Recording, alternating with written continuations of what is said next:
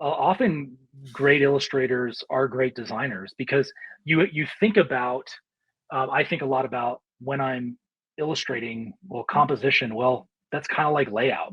So if you're used to working layout skills, you're thinking about, well, how do I lay out this illustration? And if you're doing, I mean, any sort of commercial work, you're often integrating typography. Like especially with like books, it's like I'm always thinking about where the text is being placed. So you're going to be a really good fit for art directors because you have some of that design background. And so you can like just springboard off of that.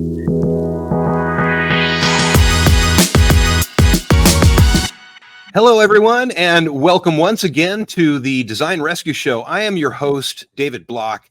Today, I'm excited to welcome an accomplished author, illustrator, art director, known for his work with the Lego Little Golden books and his upcoming book, Ray's Big Day, Josh Lewis. Welcome to the show. Hey there. Hey, thanks for having me. It's good to see you again. Absolutely. It's really good to have you here. And so this show is basically a behind-the-scenes tour of your career path, your career journey. And I like to go back as far as I can in the beginning and talk about your influence and your schooling. And so my first question is, so first of all, before I get to my first question, you're currently working on contract as an independent art director with Discovery Education, right? Yeah, and it's project by project. I'm an independent artist and they hire me per project. So, I see. but it's a great role. We work on, I mean, I work on anything from just, I've done illustration work. I've done, worked with teams globally to help develop interactives for the classroom or lessons for the K through 12 classroom. And so primarily younger kids, but I have worked some middle school and some high school, but mostly K through 5. And it just works really well with my skill set of children and education. And so it's been a great role the last few years. I think about 3 years now almost. So Excellent. So do you manage a team, or are you a one-man show in that position? so in that role, what they do is they have a team that needs. They often hire illustrators from around the world or um, developers. Sometimes it's like a company that has that does everything to build the interactive, and so I've worked with teams in Cairo, Egypt, and Delhi, India, and very talented folks, but they want to have control over the Discovery Education brand, and so I don't really do a lot of illustration in that role, but it's more overseeing to make sure that it's up to standard. And sometimes I direct like the UI or like rarely the UX, but it's more of like a digital, just to make sure things are running smoothly. I see. Excellent. Okay. And now jumping back to your education, you studied visual communications at Colorado Technical University. But I'm curious, actually, overall, if there was one key takeaway that you've kept with you all these years and sort of worked into your routine. Yeah, I think I mean, overall, I would say grit. I mean, I started out like before I went to school for visual communications, I got married really young. I was 19 and my wife was 20. And then a year later, we had our first kid. And then, so I had this young family. By the age of 25, I was a father of 3 kids. And um, so going to school was not easy because it was like, and then I had a full-time job. And so I was very fortunate early on, about a year going back to school, to get a job as like a junior designer. And so I was learning stuff in the classroom, but I was also learning stuff on my day job. And so it gave me just such an interesting perspective. Um, and I think early on, there was this stat. So I went to school, like started back to school in like 2003, so a while ago. And they were saying in the next 10 years, graphic design is going to explode as a career and that you're going to have a viable career. But what I somehow at that young age, I realized, oh, it's going to be an oversaturated market, and I have a young family, and I'm going to have to stand out. So I'm going to have to do the work. And so any like I had an editorial design class was one of my classes. So I illustrated the front cover. And now it wasn't very good, but it was like I was trying to learn every little thing that I could. So if there was one assignment, what's that next step that I could go, to stand out? Because it wasn't about like getting the degree. It was like I knew that I had to develop a strong enough portfolio to stand out so that I could get hired. And so it wasn't like I couldn't play it safe with having a young family and having to provide, having us to provide for our family. So it was, I also had to do the work, So I think that's the other thing, like dig in, struggle, wrestle with it. You're going to suck at first, but the more you do something, the better you're going to get. And so I had to think about it very strategically of how do I get really, really good, not just how can I get a job. That was Right. part of it, but and then you're a lifelong learner, and that's the unfortunate thing of like elementary school for me is that I didn't understand that I'm actually a learner and everything. I mean, I went to school in the 80s and 90s, and so you know, we didn't have the internet. I mean, we had text of the internet in like the late 90s, so I just school just wasn't great for me, and then I just realized after school, I'm like, "Oh, man, this market is always changing, always adapting." So all those things that you learned how to learn going to school or university, you have to take that same attitude and mentality about as the market changes, how do you keep learning and how do you stay at the top of your game? Mhm. So and it's not like I have this super competitive spirit. It's just I wanted to be really good and I wanted to work on the type of work that I wanted to work on. Right. So I wasn't just going to sit back. Yeah. Yeah, that makes a lot of sense. Now, I'm curious, after you graduated, what were your first steps into the industry? How did you go about finding your first job? So I was very fortunate that a year into going back to school and like I had a full-time job, school at night, part-time school, and then I had babies and toddlers at home. So I was very fortunate that a year into going back to school, I had applied for a production artist job, and I didn't think I was going to get it because I didn't have enough experience or a portfolio. But the associate creative director who hired me saw potential in the work that I was doing, and they needed very low level design work, and so he hired me. I never really did production artist work. I was very fortunate to start working junior level design work from the very get go. So but like I said, it was like school, work. I learned so much more exponentially because I got knowledge that I didn't get at the job at school, and then I got like real practical, like how to prep files for print. What's your ink limit? When you're sending print files. But then there was like the digital space and learning, websites and emails and things like that. So it just really gave me this broad experience at a very young age. Yeah, that's awesome. That's awesome. So your career started with a variety of roles, including positions at Yep. Focus on the Family, forgive me, and Compassion International. I would like Yep. to know, first of all, could you talk about the types of projects that you worked on for those clients? Yeah. Yeah, Yeah. and So what were some of the early challenges you faced with them?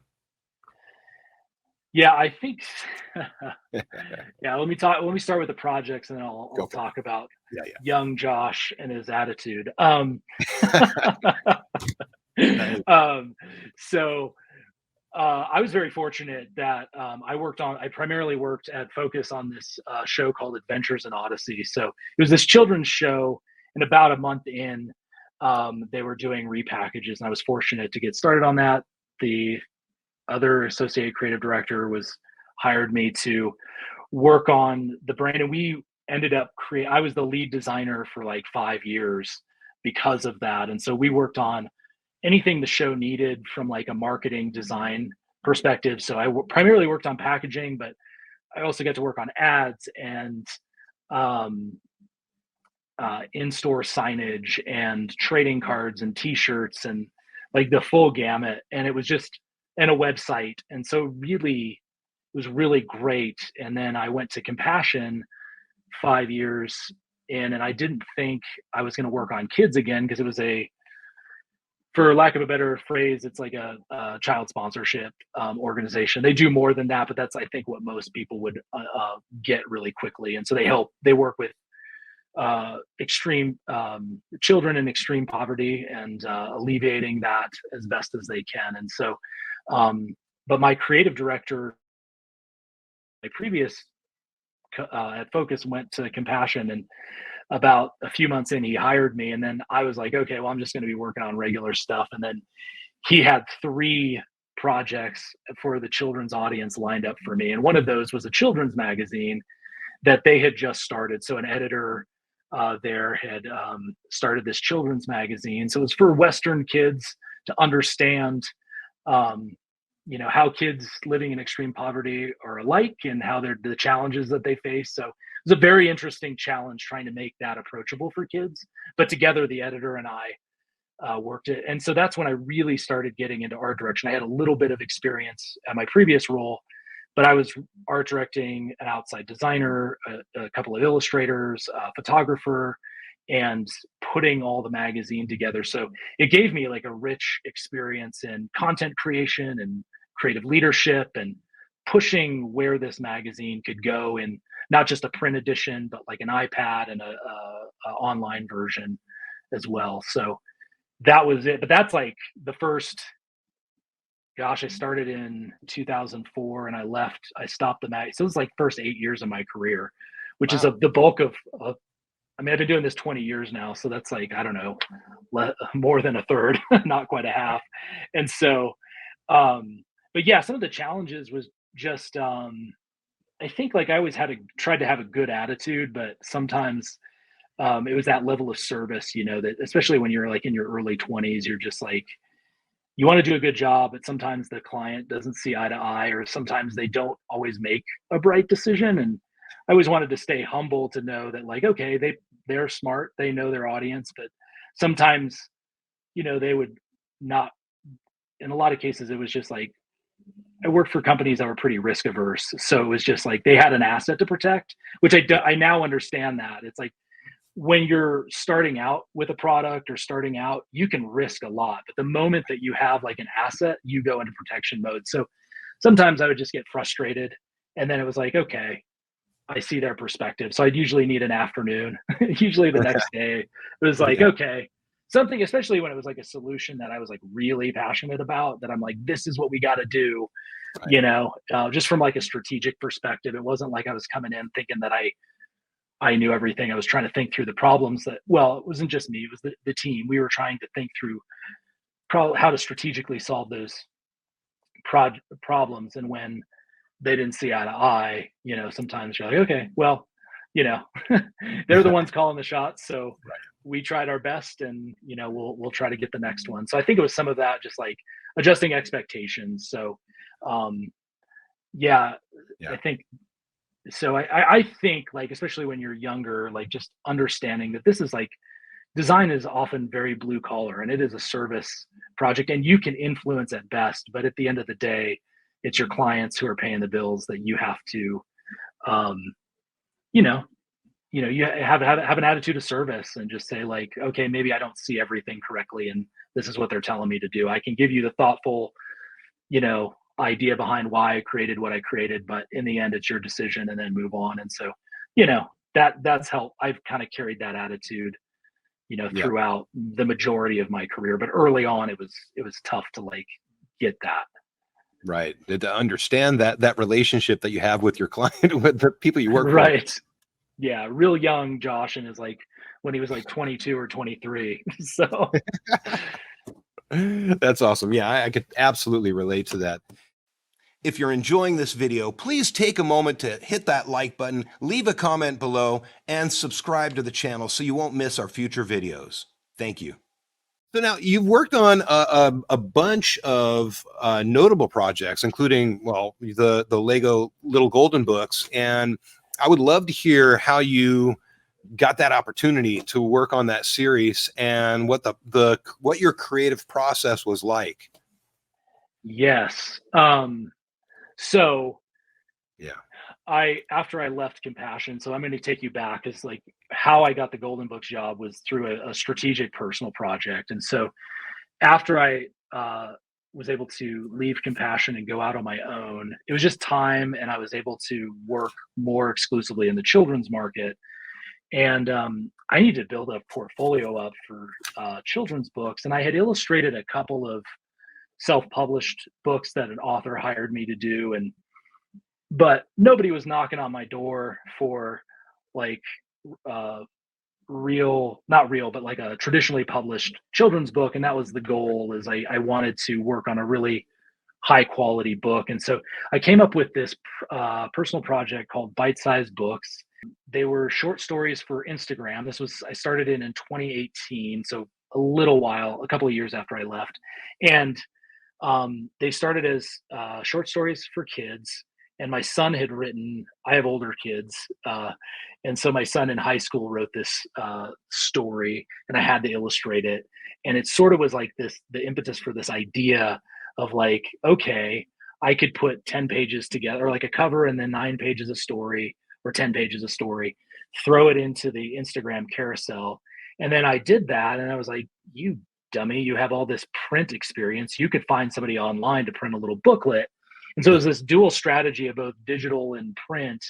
And I would mail them. They were 5.5 inches by 5.5 inches, and they fit inside an envelope, and they were covered under the regular postage. So I could just send those off to publishers. What that did was it helped me build my portfolio. It helped me um, uh, hone the craft, honestly, and then promote myself and market myself. And so after my son didn't want to write anymore, which was fine. And so that got me writing stories. And I look back, and they were more situations than stories. So it was like a series of events, but there really wasn't a full story arc leading up to an ultimate conclusion. And so I did that 6 times in 2 years. So from 2018 to 2020. And what and just coming from my marketing background, like working inside of a marketing team, it was like, you can do something once, but the likelihood of somebody actually remembering it is pretty low. Like, I mean, I think it's way more impressions now, but back then, or back when I was working, it was like 7 impressions. I think it's a lot more now, just because of how distracted our world is. But so it's like, I'm going to do this over time. And so, yeah, sure, I was afraid somebody would steal this idea. Um, and then I wasn't really worried about it, because like, if it helps somebody else with this idea, great. But no one's gonna. I'd find it hard to believe for somebody to do. My original goal was like 9 in 3 years, but I COVID happened, and then I was starting to get work off of it. So it. So one of the places I mailed a copy to was a couple of contacts at Penguin Random House, and that's who owns Little Golden Books. And so just out of the blue at the beginning of like 2021,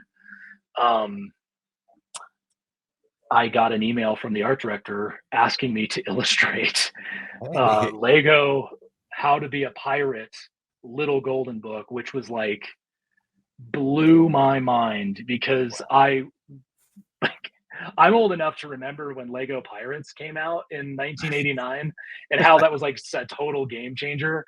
So it was like, how did I land and I have a huge collection of vintage and current golden books behind me.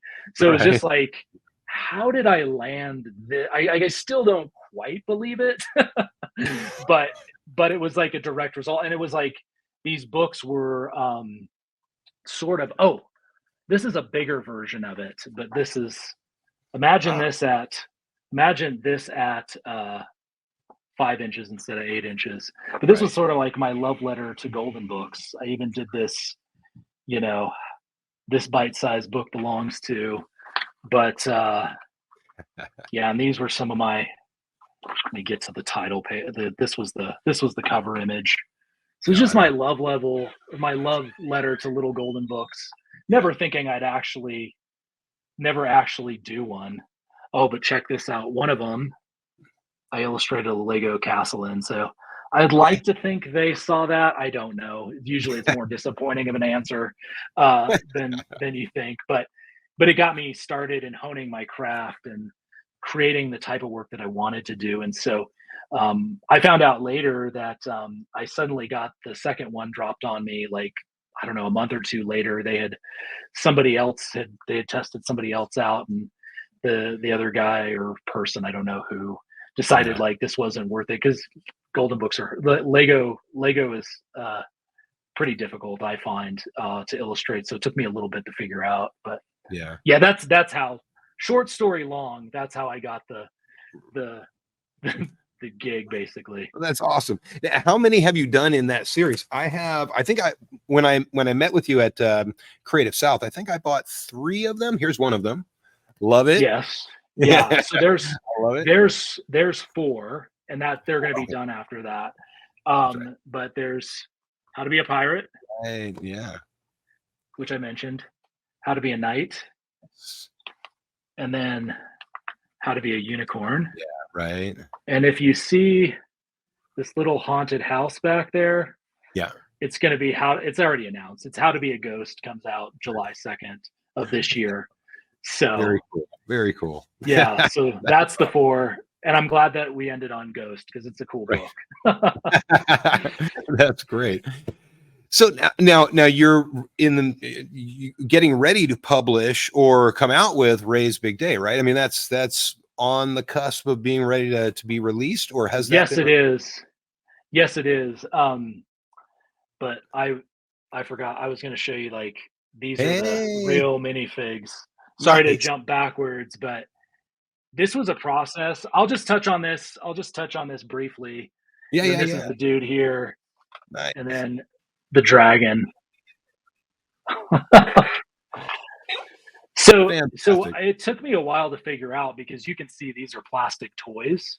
Right. So I was like taking photographs and like it just took me a long time because you Lego is both architectural in nature, right? Because you have very stiff, rigid guidelines, not just for the build, but for the illustration guidelines. And then you're trying to make this stiff plastic toy Yeah. feel like it's alive and has emotions. And so there's so many different rules, especially like with the face decorations, that cause it to be really stiff and lifeless. And so Hmm. I was always trying to break the rules. So it's like you have like the architectural background of the actual set. So often I would take a 3D model or a photograph of, like, that's why I have that, or that how or the haunted house back there, because I would take a photo of it and then literally trace over it, and then with digital gouache brushes it would magically feel right. Yeah. And then you sort of have the golden book. I'm trying to think of a good, this is one of my favorites. Then you have like the golden book gouache background, Nice. but then you have these characters that need to feel like they're alive and moving. And so often I was just like, I finally got to the point where I'm like, screw it. I'm just going to like break the model as much as I can to get the expression that I'm looking for. And then I would dial it back. And then that's how I would get this, like, as expressive as a character as I could get within the guidelines and still being on model and still following the story. So, but I needed like physical things to like look at and hold in my hand to really get that inspiration for those Right. books. Did they give you a set of ground rules to keep within, to stay like constrain your illustrations within?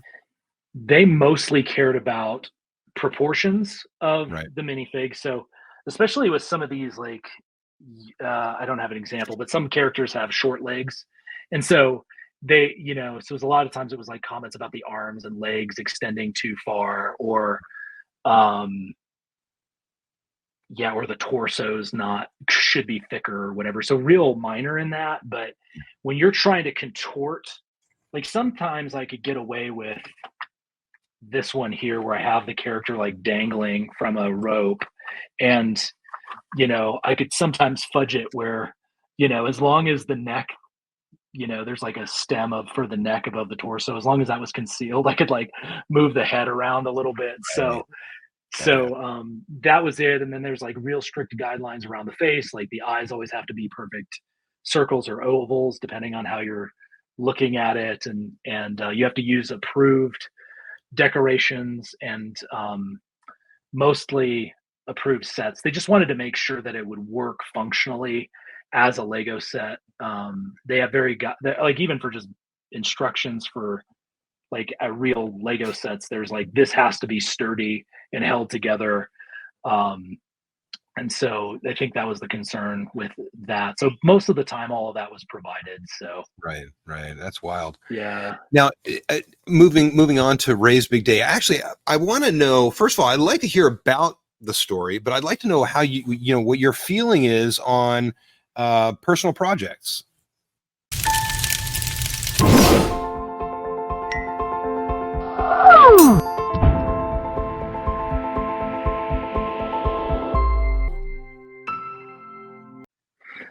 yeah, I think they're everything that I'm doing now is a direct result about personal projects, and I really think that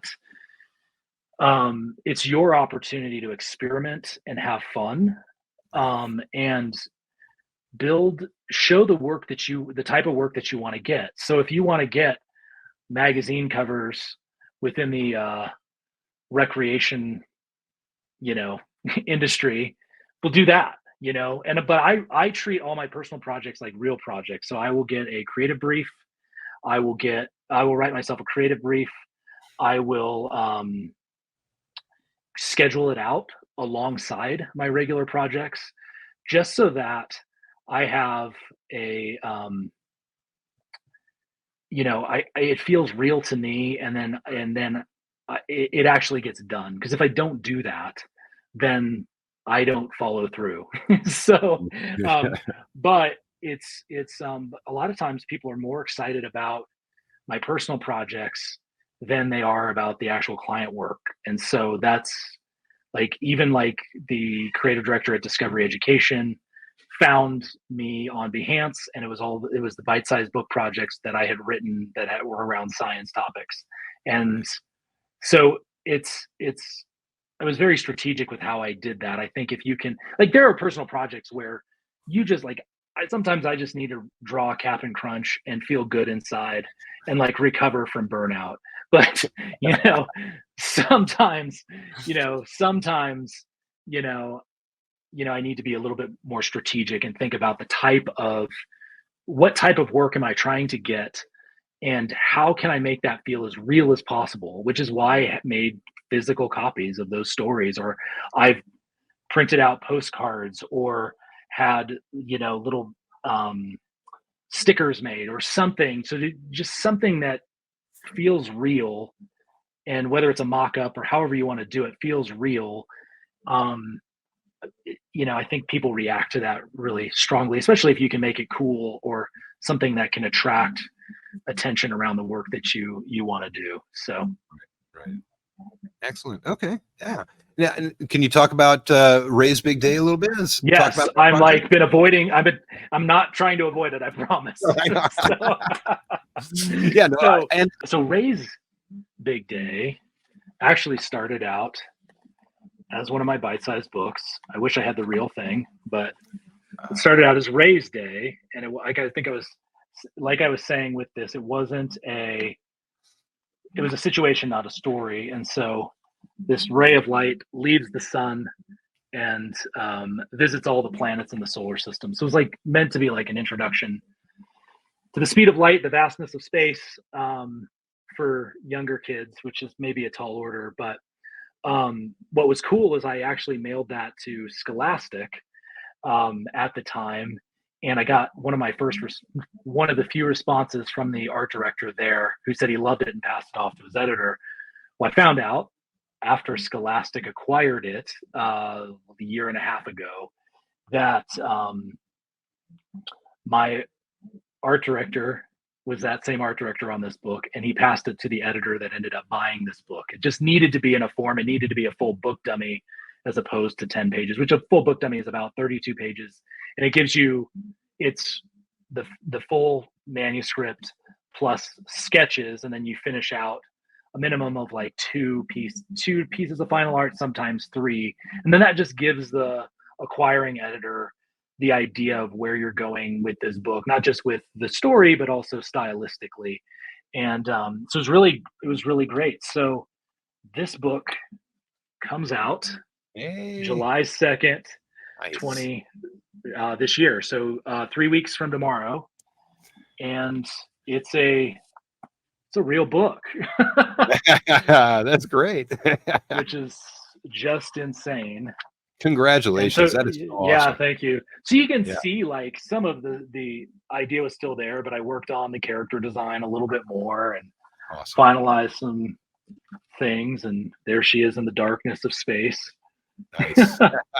So, That's great. um, and then the back cover is the sun shooting out. So, um, yeah. So what I'm doing right now, I don't know when this comes out. If it comes out before July 2nd, the pre-order is I'm partnering with my local indie bookstore called Second Star to the Right Books up in Denver, Colorado, and if you pre-order from them, I'll put that link. I'll send you that link, and they're going to include a sticker sheet, and I will Yeah, sign the book plate here so that you will have a signed copy of that's Ray's all. Big Day, and then some extra cute stickers of planets. So, but I'm only Nice. doing that through my local indie bookstore. It helps support them, and they're an awesome bookstore um, focused on children's That's books. awesome. So, Yeah. and then Great. of That's course really cool. it's available wherever books are sold. Yeah. So Barnes and Noble, Amazon, your local indie bookstore. Um, so yeah, Excellent. and so that offer's only available for pre-orders for the sticker. So before Fantastic. July 2nd is the last day that you can pre-order it. So I see. Awesome. yeah, Awesome. Okay.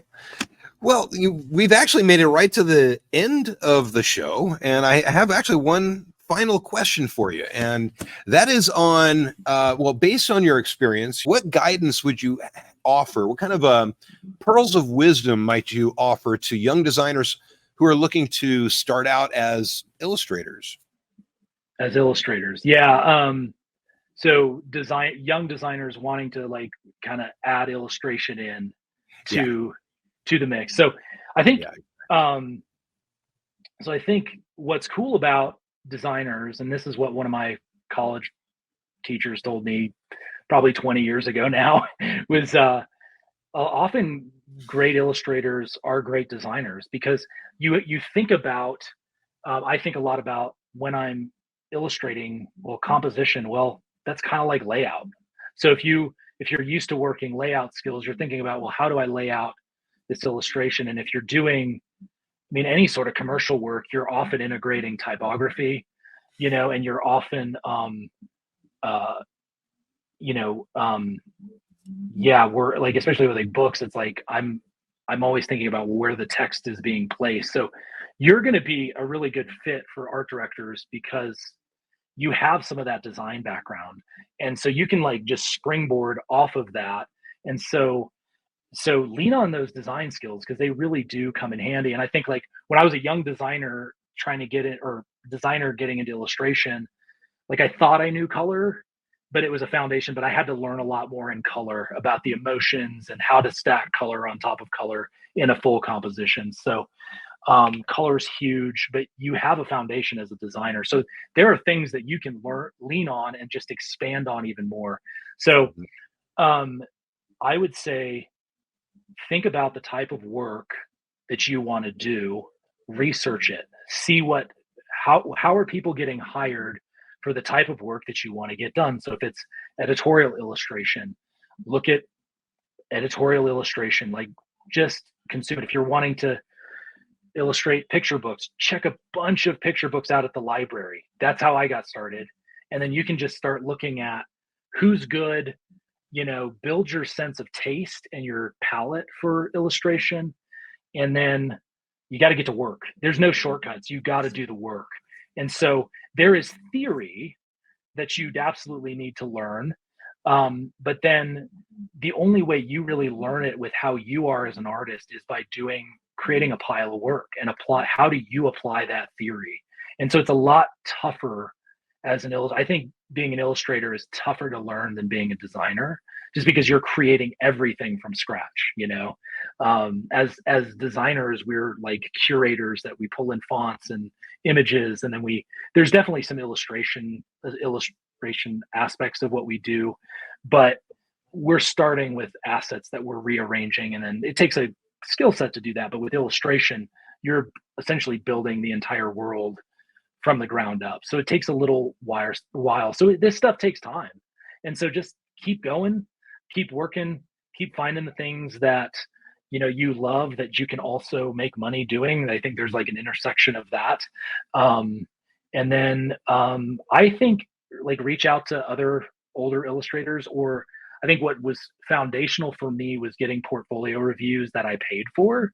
And the reason why I say paid for is people take it a lot more seriously because often they don't know you. And two, you just paid them $50, $100, or whatever you paid them. So they treat it like a job, and then they give you valuable feedback. Now, you have to consider that it's their sensibilities. So take it with a grain of salt. But if you hear a pattern, so early on, I heard like your characters are very stiff. I heard that from multiple reviews. And so it's like, oh, okay, I got to take a character design class and I got to figure out how to loosen up my characters and actually learn how to act and draw with my characters. So it's those things. And like I said, it takes time. So cut yourself some slack, but just keep drawing, keep creating, and share it with other people in smart and strategic ways. And I think that will help over time.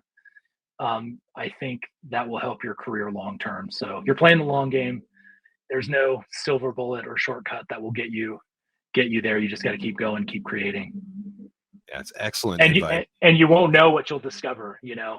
if you just don't know what you discover on the road ahead. So yeah, excellent. That's beautiful. Oh, sorry, that's beautiful advice.